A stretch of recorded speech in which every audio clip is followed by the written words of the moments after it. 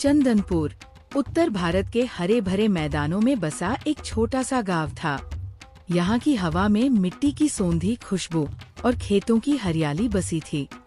मिट्टी के घर सूरज की रोशनी में चमकते और गलियों में बच्चों की हंसी गूंजती। गांव के बीच में एक पुराना बरगद का पेड़ था, जिसके नीचे लोग शाम को इकट्ठा होकर बातें करते। यहीं एक साधारण से मिट्टी के घर में रहता था रामलाल का परिवार। रामलाल एक मेहनती किसान था, जिसके पास कुछ एकड़ जमीन थी। उसकी पत्नी सरोज घर संभालती और अपने पति के लिए हर दिन सुबह शाम खाना बनाती। दोनों का जीवन सादगी और मेहनत से भरा था।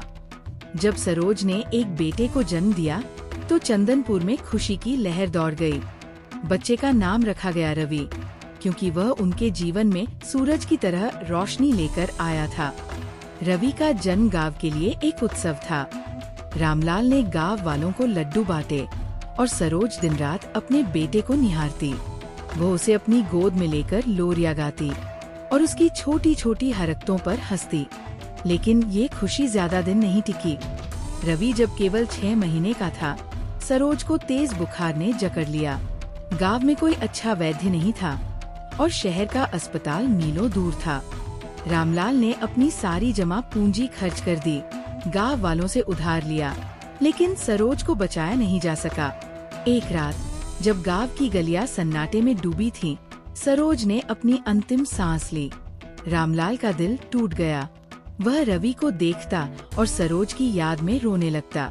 उसका मन इतना टूट चुका था कि वह अपने बेटे की देखभाल करने में असमर्थ हो गया। वह दिन रात खेतों में काम करता और रवि को अपने माता पिता हरिशंकर और सावित्री के पास छोड़ देता। हरिशंकर और सावित्री उम्रदराज थे, लेकिन उनका दिल जवान था। उन्होंने रवि को अपने बेटे की तरह अपनाया। सावित्री उसे अपने हाथों से खाना खिलाती, उसे पुरानी कहानियाँ सुनाती और हरिशंकर उसे खेतों में ले जाकर चंदनपुर के इतिहास और खेती के गुर सिखाते। लेकिन रामलाल का दुख कम नहीं हुआ। सरोज की मृत्यु के कुछ महीनों बाद वह बिना किसी को बताए गांव छोड़कर चला गया। कुछ लोग कहते थे कि वो शहर में मजदूरी करने गया, तो कुछ का मानना था कि उसने दुख में अपनी जान दे दी। रवि अब पूरी तरह से अपने दादा दादी के भरोसे था। सावित्री उसे अपनी गोद में लेकर लोरियां गाती और हरिशंकर उसे गांव के स्कूल में भेजने की तैयारी करते।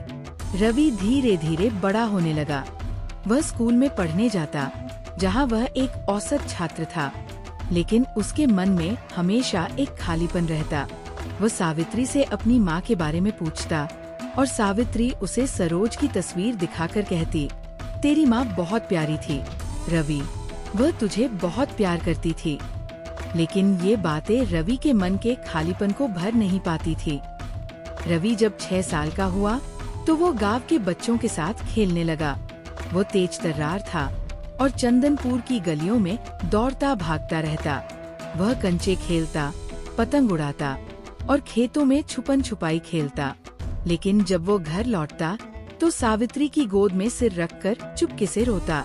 उसे लगता था कि उसका जीवन दूसरों से अलग है। गांव के बच्चे अपने माता पिता के साथ हंसते खेलते थे, लेकिन रवि के पास केवल उसके दादा दादी थे। हरिशंकर उसे समझाते, बेटा हम है ना, तुझे कभी अकेला नहीं छोड़ेंगे। लेकिन रवि के मन में एक गहरा दुख था, जो समय के साथ और गहरा होता गया। रवि जब 12 साल का हुआ, तो वह चंदनपुर में अपनी एक छोटी सी पहचान बना चुका था। वह स्कूल में कबड्डी और दौड़ में सबसे तेज था।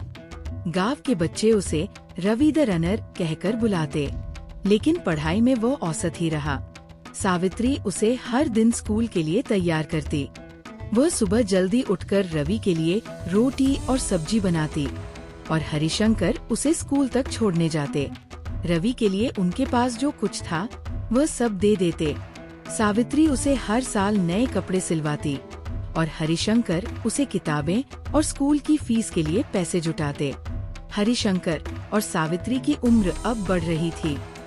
हरिशंकर को खांसी की शिकायत रहने लगी और सावित्री के घुटनों में दर्द रहता।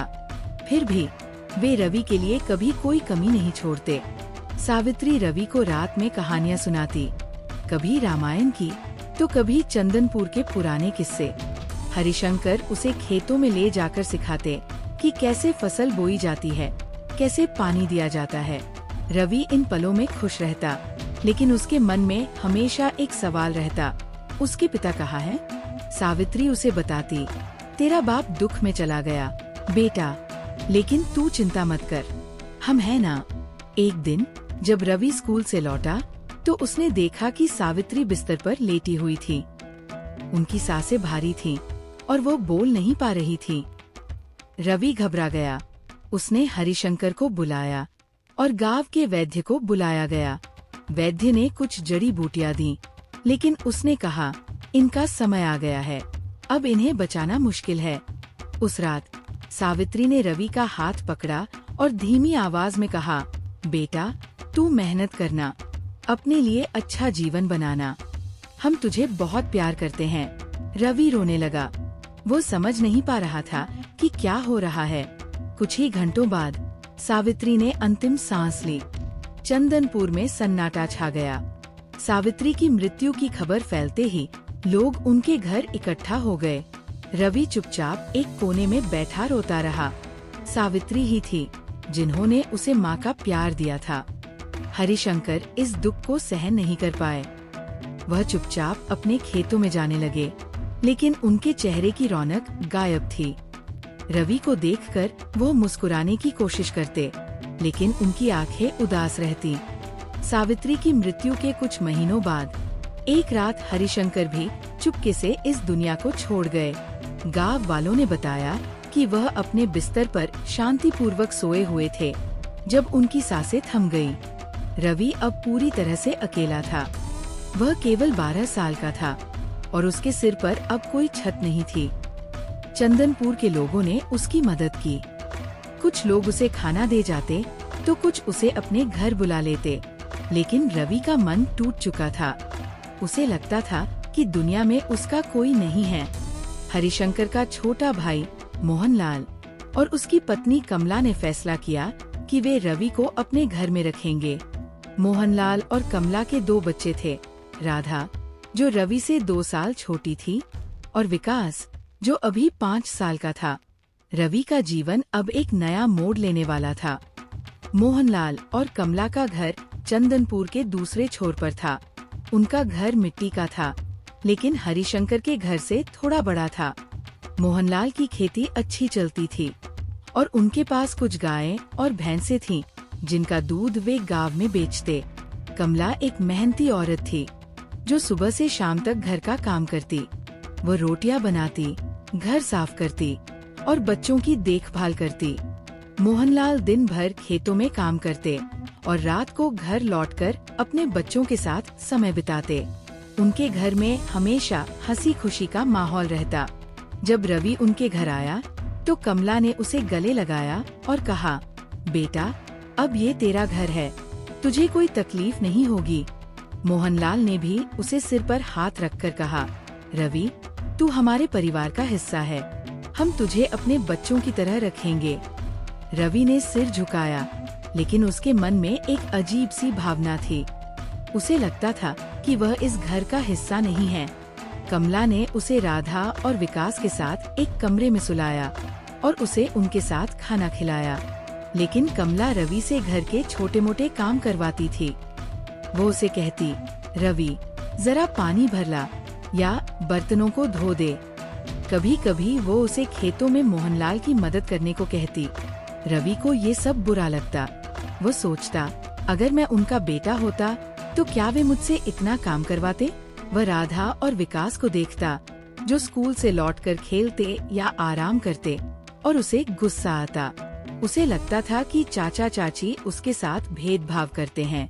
वह अपने मन में ये बात पक्की कर चुका था कि वह इस घर में एक बाहरी है, जिसे केवल इसलिए रखा गया है क्योंकि गांव वाले क्या कहेंगे। हालांकि कमला और मोहनलाल रवि को पढ़ने का पूरा मौका देते थे। वे उसे स्कूल भेजते, उसकी किताबें और स्कूल की फीस का इंतजाम करते।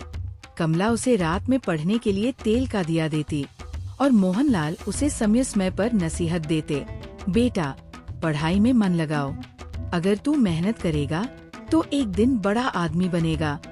लेकिन रवि के मन में गुस्सा बढ़ता गया। वह उनके प्यार को देख नहीं पाता था। उसे केवल वही दिखता था जो वह देखना चाहता था, उसका काम और उसका अकेलापन। रवि ने अपने गुस्से को चंदनपुर के लोगों के सामने जाहिर करना शुरू किया।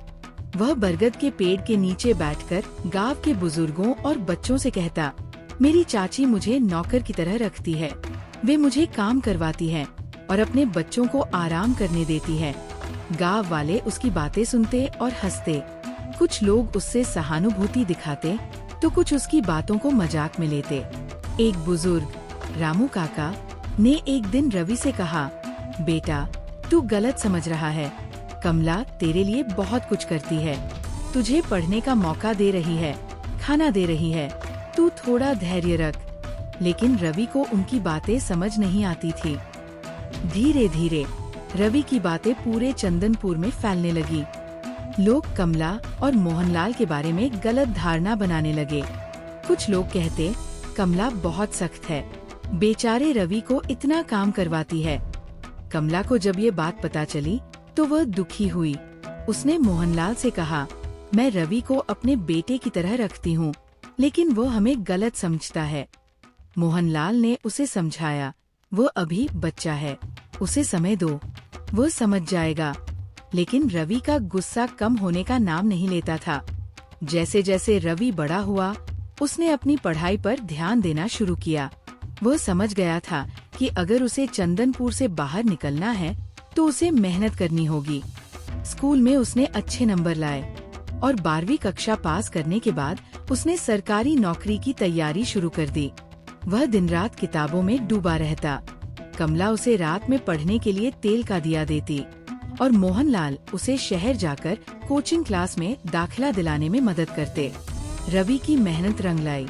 एक दिन उसे खबर मिली कि उसका चयन एक सरकारी दफ्तर में क्लर्क की नौकरी के लिए हो गया है। ये खबर चंदनपुर में आग की तरह फैल गई। मोहनलाल और कमला बहुत खुश हुए। मोहनलाल ने गांव में मिठाई बांटी और सबको बताया, हमारा रवि अब बड़ा आदमी बन गया है। कमला ने रवि को गले लगाया और कहा, बेटा तूने हमारा सिर गर्व से ऊंचा कर दिया। लेकिन रवि के मन में अब भी चाचा चाची के लिए गुस्सा था। उसे लगता था कि उन्होंने उसके साथ जो व्यवहार किया वह गलत था। उसे उनके प्यार और बलिदान की कीमत समझ नहीं आई। रवि ने नौकरी के बाद शहर में एक छोटा सा किराए का कमरा ले लिया और अपने नए जीवन में व्यस्त हो गया। वह चंदनपुर अब कम ही आता और जब आता तो चाचा चाची से औपचारिक बातचीत तक सीमित रहता। मोहनलाल और कमला उसका व्यवहार देखकर दुखी होते, लेकिन वे चुप रहते। कमला ने एक बार मोहनलाल से कहा, रवि अब हमें भूल रहा है। हमने उसे अपने बच्चे की तरह पाला, लेकिन वह हमें पराया समझता है। मोहनलाल ने उसे तसल्ली दी, वो अभी जवान है, उसे समय दो, वह समझ जाएगा। रवि का शहर में जीवन नया था। वह अपने सहकर्मियों के साथ समय बिताता और अपने नए रुतबे पर गर्व करता। उसे लगता था कि उसने सब कुछ अपनी मेहनत से हासिल किया है। वह भूल चुका था कि मोहनलाल और कमला ने उसे पढ़ने का मौका दिया, उसे घर दिया और उसे एक नया जीवन दिया। वह अपने दोस्तों से कहता, मैंने बहुत मुश्किलों का सामना किया, लेकिन मैंने खुद को बनाया। मेरे चाचा चाची ने मेरे लिए कुछ नहीं किया। उसकी बातें सुनकर कुछ लोग उसकी तारीफ करते तो कुछ चुप रहते। रवि का जीवन अब स्थिर था। वह अपने काम में अच्छा था और उसके अफसर उसकी मेहनत की तारीफ करते, लेकिन उसके मन में एक अजीब सी बेचैनी थी। उसे लगता था कि वो कुछ खो रहा है, लेकिन वो समझ नहीं पाता था कि क्या। वह चंदनपुर वालों से फोन पर बात करता, लेकिन उसकी बातों में अब वो पुरानी गर्मजोशी नहीं थी। वह अपने अतीत को भूलना चाहता था, लेकिन उसका अतीत उसे बार बार याद आता था। रवि अब पूरी तरह से शहर के जीवन में रम चुका था। उसकी नौकरी उसे व्यस्त रखती और वह अपने नए दोस्तों के साथ समय बिताता। चंदनपुर अब उसके लिए एक धुंधली याद बन चुका था।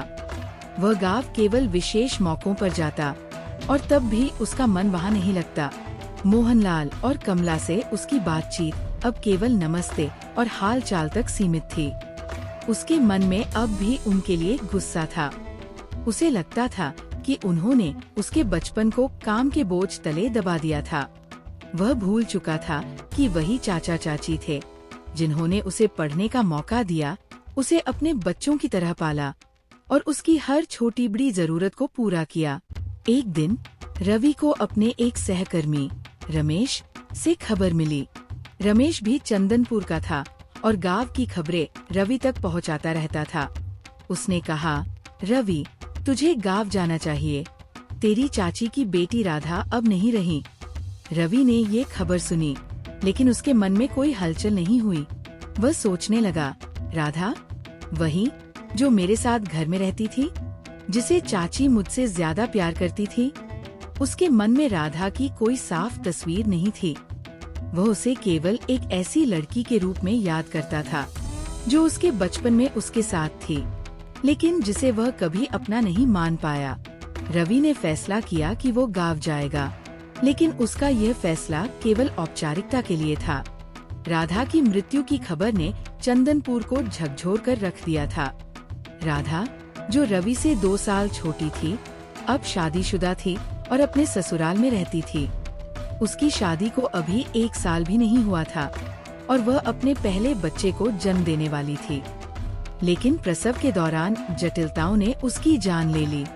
चंदनपुर की गलियों में सन्नाटा छा गया। लोग मोहनलाल और कमला के घर की ओर दौड़े, जहां राधा की मृत्यु की खबर ने सबको स्तब्ध कर दिया था। मोहनलाल और कमला टूट चुके थे। कमला अपने आंगन में बैठी चुपचाप आंसू बहा रही थी। उसकी आंखें सूजी हुई थीं और चेहरा पीला पड़ गया था। मोहनलाल, जो हमेशा गांव वालों के सामने हंसते मुस्कुराते रहते थे, अब एक कोने में सिर झुकाए बैठे थे। उनका बेटा विकास, जो अब 10 साल का था, अपनी माँ के पास बैठा रो रहा था। चंदनपुर के लोग उनके घर इकट्ठा हो गए। कुछ महिलाएं कमला को सांत्वना दे रही थीं, तो कुछ पुरुष मोहनलाल के पास बैठकर चुपचाप सिर हिला रहे थे। गांव का बरगद का पेड़, जो हमेशा हंसी मजाक का गवाह रहता था, आज उदास खड़ा था। जब रवि चंदनपुर पहुंचा, तो मोहनलाल और कमला का घर लोगों से भरा हुआ था। राधा का अंतिम संस्कार हो चुका था और गांव वाले अब शोक प्रकट करने आ रहे थे। रवि ने देखा कि कमला अब भी आंगन में बैठी थी। उसने रवि को देखा, लेकिन उसकी आंखों में कोई भाव नहीं था। मोहनलाल ने रवि को देखकर सिर हिलाया और कहा, आ गया बेटा। रवि ने चुपचाप सिर झुकाया और एक कोने में बैठ गया। चंदनपुर के लोगों ने रवि को देखकर उससे बात करने की कोशिश की। रामू काका, जो हमेशा रवि को समझाते थे, ने कहा, बेटा, तू अब बड़ा आदमी बन गया है, लेकिन अपने चाचा चाची का ख्याल रखना, वे बहुत दुख में हैं। रवि ने सिर हिलाया, लेकिन उसके मन में कुछ और ही चल रहा था। वह सोच रहा था, इन लोगों ने मेरे साथ क्या किया? मुझे काम करवाया, मुझे अपने बच्चों से कम माना। अब इनका दुख मुझसे क्या मतलब? उस रात जब गांव वाले अपने अपने घर लौट गए, रवि बरगद के पेड़ के नीचे कुछ चंदनपुर वालों के साथ बैठा। वहाँ कुछ युवा और बुजुर्ग इकट्ठा थे, जो राधा की मृत्यु पर बात कर रहे थे। रवि ने अचानक कहना शुरू किया, ये सब उनके कर्मों का फल है। चाची ने मेरे साथ बहुत गलत किया, मुझे नौकर की तरह रखा, मुझसे दिन रात काम करवाया। अब भगवान ने उन्हें सजा दी है। उसकी बात सुनकर सब हैरान रह गए। एक बुजुर्ग, श्यामलाल, ने कहा, रवि, तू क्या बोल रहा है? कमला ने तुझे अपने बेटे की तरह पाला। तूने जो कुछ पाया वो उनकी वजह से है। लेकिन रवि ने उनकी बात अनसुनी कर दी। रवि की बातें चंदनपुर में फैलने लगी। लोग आपस में चर्चा करने लगे कि रवि कितना कृतघ्न है।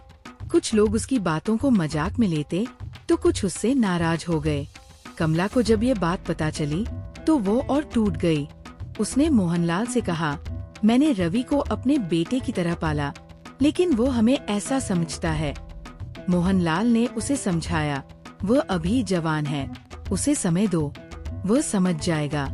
लेकिन कमला का दिल टूट चुका था। राधा की मृत्यु के बाद रवि शहर लौट गया।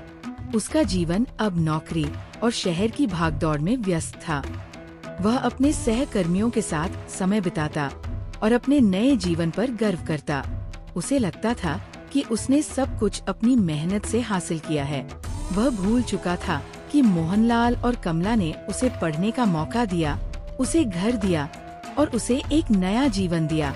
उसका घमंड दिन ब दिन बढ़ता गया। वह अपने दोस्तों से कहता, मैंने बहुत मुश्किलों का सामना किया, लेकिन मैंने खुद को बनाया। मेरे चाचा चाची ने मेरे लिए कुछ नहीं किया। इसी बीच रवि की मुलाकात काव्या से हुई। काव्या एक खूबसूरत और चतुर लड़की थी जो शहर में रहती थी। वह रवि की सादगी और उसकी सरकारी नौकरी से प्रभावित थी। काव्या जानती थी कि रवि अकेला है और उसके पास कोई परिवार नहीं है। उसने रवि के सामने अपनी सुंदरता का प्रदर्शन शुरू किया। वह सच संवर कर रवि से मिलने आती और उससे मीठी मीठी बातें करती। रवि, जो कभी किसी लड़की के इतने करीब नहीं रहा था, जल्द ही काव्या के प्यार में पड़ गया। काव्या की मुस्कान और उसकी बातें रवि को जादुई लगती थी। वह अपने दोस्तों से कहता, मुझे बहुत सुंदर लड़की मिली है, मैं बहुत भाग्यशाली हूँ। उसका घमंड और बढ़ गया। वह चंदनपुर वालों को फोन करके बताता, मैंने अपने लिए सबसे अच्छी लड़की चुनी है। तुम लोग तो गांव में ही रह गए, लेकिन मैंने शहर में सब कुछ हासिल कर लिया। गांव वाले उसकी बातें सुनते और हंसते, लेकिन कुछ लोग उसकी इस नई आदत से चिंतित थे। काव्या और रवि ने जल्द ही शादी कर ली। शादी एक साधारण समारोह में हुई, जिसमें रवि के कुछ सहकर्मी और काव्या के परिवार वाले शामिल थे। रवि ने चंदनपुर वालों को न्योता नहीं दिया, क्योंकि उसे लगता था कि वे उसके नए जीवन का हिस्सा नहीं हैं। शादी के बाद रवि काव्या को अपने ससुराल ले गया। वहाँ काव्या ने सबका दिल जीत लिया। वह हंसती मुस्कुराती और सबके साथ घुल मिलकर बात करती। रवि को लगता था कि उसने दुनिया की सबसे अच्छी पत्नी पाई है। लेकिन कुछ समय बाद रवि को अपनी ड्यूटी के लिए शहर वापस जाना पड़ा। काव्या ससुराल में अकेली थी। इस दौरान काव्या ने रवि को धोखा दिया। वह एक अन्य पुरुष के साथ चली गई और रवि से दहेज के नाम पर बड़ी रकम ले ली। उसने रवि को एक पत्र लिखा, जिसमें उसने कहा कि वह उससे प्यार नहीं करती और वह अब अपने जीवन में आगे बढ़ना चाहती है। रवि ने जब ये पत्र पढ़ा तो वो स्तब्ध रह गया। उसका सारा घमंड चूर चूर हो गया। वह रात रात भर रोता और सोचता कि उसने कहाँ गलती की। रवि अब पूरी तरह से टूट चुका था। उसके पास अब न तो पैसा था, न सम्मान और न ही कोई अपना। वह अपने सहकर्मियों से मदद मांगने की हिम्मत नहीं जुटा पाया, क्योंकि उसने सबके सामने अपनी बढ़ाई की थी। वह चंदनपुर लौटने की सोचता, लेकिन उसे डर था कि गांव वाले उसका मजाक उड़ाएंगे। उसे मोहनलाल और कमला की याद आई, लेकिन वह उनसे मुंह दिखाने की हिम्मत नहीं जुटा पाया। उसे एहसास हुआ कि उसने अपने घमंड और गुस्से में सब कुछ खो दिया। रवि रात रात भर अपने कमरे में बैठकर सोचता, मैंने चाचा चाची की बुराई क्यों की? उन्होंने मेरे लिए इतना कुछ किया, लेकिन मैंने उन्हें कभी धन्यवाद नहीं दिया। मैंने राधा की मृत्यु पर भी उनका दुख नहीं समझा। अब मैं अकेला हूँ और मेरे पास कोई नहीं है। उसका दुख इतना गहरा था कि वह दिन रात उदास रहता। उसे लगता था कि ये सब उसके कर्मों का फल है। रवि का जीवन अब एक अंधेरी गली में खड़ा था। काव्या के धोखे ने उसे तोड़ दिया था और उसका घमंड उसे खा चुका था। वह अपने छोटे से किराए के कमरे में अकेला बैठा घंटों सोचता। उसे अपने बचपन की यादें सताने लगी। सावित्री की लोरिया, हरिशंकर की कहानियाँ और मोहनलाल कमला का साथ। उसे एहसास हुआ कि उसने अपने जीवन में कितनी गलतियाँ की। उसने सोचा, मैंने चाचा चाची की बुराई क्यों की? उन्होंने मुझे अपने बच्चों की तरह पाला, मुझे पढ़ने का मौका दिया, लेकिन मैंने उनके प्यार को कभी नहीं देखा। मैंने मान लिया कि मैं उनका बेटा नहीं हूँ और उसी गलतफहमी ने मुझे यहाँ तक पहुँचाया। रवि को अब समझ आ रहा था कि माता पिता अपने बच्चों से भी घर का काम करवाते हैं। राधा और विकास से भी कमला छोटे मोटे काम करवाती थी, लेकिन रवि ने इसे भेदभाव समझ लिया। उसे अपनी गलती का पछतावा होने लगा। वो सोचता, अगर मैंने चाचा चाची की बुराई न की होती अगर मैंने उनके प्यार को समझा होता तो शायद आज मेरे पास कोई होता जो मुझे इस दुख से निकालता। उसे समय का चक्र समझ आने लगा। वो समझ गया कि जो हम दूसरों के साथ करते हैं वो हमें वापस मिलता है। एक रात रवि ने फैसला किया कि वह चंदनपुर लौटेगा। वह मोहनलाल और कमला से माफी मांगेगा। उसे डर था कि शायद वे उसे माफ न करें, लेकिन वह कोशिश करना चाहता था। अगले दिन वह बस पकड़कर चंदनपुर पहुंचा। गांव की गलियां अब भी वैसी ही थी, लेकिन रवि का मन अब बदल चुका था। वह मोहनलाल के घर पहुंचा। कमला आंगन में बैठी थी और मोहनलाल खेत से लौटे ही थे। रवि ने उनके पैर छुए और रोते हुए कहा, चाचा चाची, मैंने आपके साथ बहुत गलत किया। मैंने आपके प्यार को नहीं समझा। कृपया मुझे माफ कर दीजिए। कमला की आंखें भर आईं। उसने रवि को गले लगाया और कहा, तू हमारा बेटा है रवि, हमने तुझे कभी पराया नहीं माना। मोहनलाल ने भी उसे सिर पर हाथ रखा और कहा, बेटा, जो हुआ उसे भूल जा, अब तू हमारे साथ है। रवि के मन का बोझ हल्का हो गया।